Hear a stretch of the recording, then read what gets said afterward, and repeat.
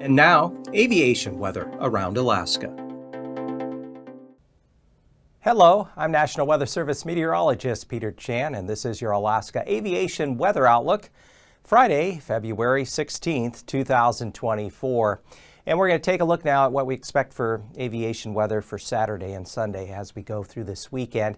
As of this Friday, though, we still have winter storm warnings along areas of the lower Yukon Delta outside here of Norton Sound as well.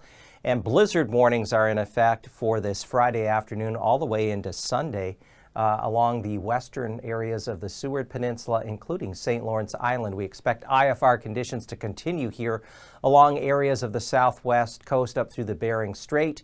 We have another very strong low coming up across the far western Aleutians with this front arcing ahead of it. Storm force winds with gusts to hurricane force out here in the areas of the western Aleutians. And then a moisture feed that runs across the North Pacific lower Gulf, across the Alaska Peninsula, and then up along the west side of the state continues. As we have the area of high pressure over northwest Canada bringing clear skies, dry conditions to the Panhandle, much of the interior mainland. This will continue for a little while longer, though some of this moisture is going to push northward. We're going to begin to see a shift in the pattern.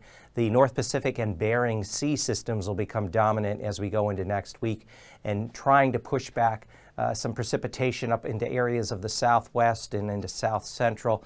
Nothing too heavy, at least interior areas, but at least get the pattern going again with some lower ceilings and perhaps some lighter precipitation. By Saturday afternoon, we find IFR conditions expanding northward along the west side of the Gulf. Still IFR along the lower Yukon Delta, Nunavik Island, Etolan Strait up to St. Lawrence.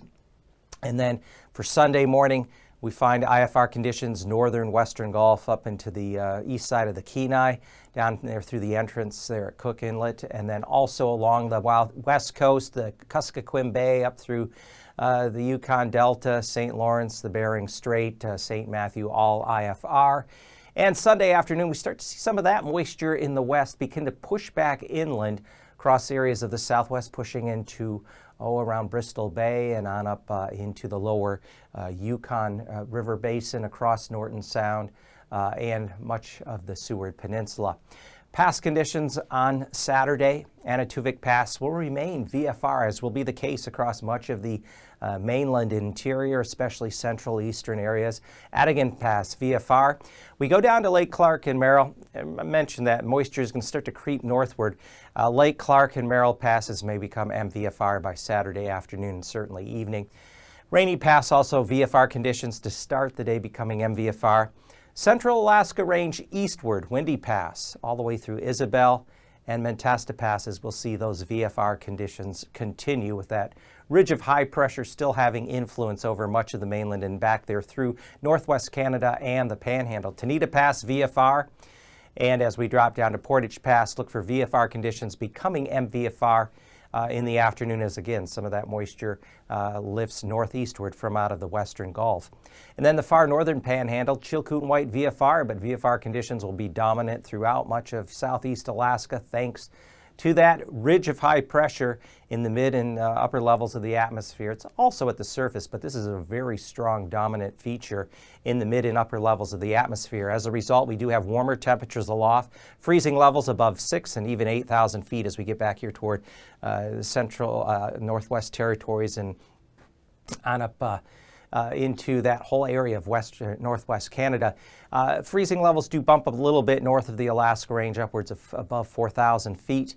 Surface freezing line runs down, at least Saturday morning will be down there just north of Bristol Bay and along the Gulf Coast and then inner channels of the Panhandle.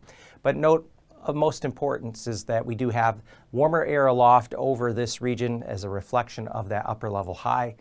Low pressure here over the Bering. We have the moisture feed that's coming across the North Pacific, lower Gulf, across the Alaska Peninsula along the southwest and west coast. Most of the more active winter weather, the low ceilings, visibilities, blizzard conditions are going to be along the west side of the Seward Peninsula and St. Lawrence Island over this weekend. And we expect within the thicker cloud cover and where there are areas of precipitation, including along the western Gulf and the Alaska Peninsula, Moderate icing possible above 6,000 feet in this area. Back to the northwest in the colder air, above 3,000 feet along the Yukon Delta, Norton Sound back towards St. Lawrence, and then also out in through the central Bering above 3,000 feet, and then way out toward the western Aleutians above 8,000 feet. And looking at the upper level winds, we still have the ridge in place, but this ridge is going to start to break down, shrink back, not be as strong as it's been here this past week. That ridge will they'll still be ridging up in this general region, but the center of it will tend to break down a bit and kind of shrink back toward the south and east, back into central and southern Canada. Meanwhile, we have the ridge, though, still over areas of the southern mainland. Here's a strong low circulation here over the far western Aleutians. And that's at 30,000 feet, and then very notable at 9,000 feet, 700 millibars, a very strong mid-level circulation. And notice again, out over the Gulf, generally southeast winds, 30, 40 knots, and that continues up into the southwest mainland, up through the upper portion of the Alaska Peninsula, Lake Iliamna region.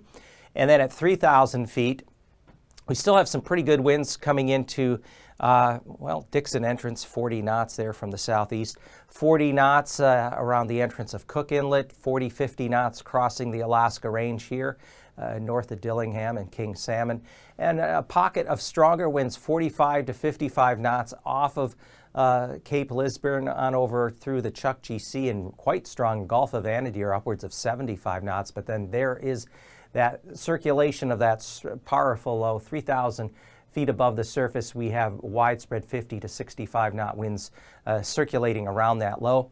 As a result, we anticipate a moderate turbulence along areas of the southwest panhandle, surface to 6,000 feet, areas of the western Gulf, entrance of Cook Inlet, lower Alaska Range, Lake Iliamna, and down into Kodiak Island, surface to 4,000 feet. An area of surface to 4,000 feet around Point Hope, Cape Lisburne, as I just showed you. Some pretty strong offshore flow there.